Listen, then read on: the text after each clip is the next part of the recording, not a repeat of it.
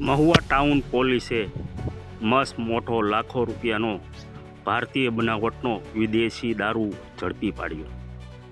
વાત કરવામાં આવે તો Mahuva town police ASP Anshul જૈનને બાતમી મળતાની સાથે જ પીઆઈ ભરવાડ સાહેબ અને પોલીસ કાફલો ઘટના સ્થળે પહોંચ્યો અને ત્યાં જોતા ભારતીય બનાવટનો ઇંગ્લિશ દારૂનું કટિંગ એક આઈસર ટ્રકની અંદર ચાલી રહ્યું હતું. ત્યારે બુટલેગરોમાં રંગમાં ભંગ મહુવા પોલીસે પાડ્યો.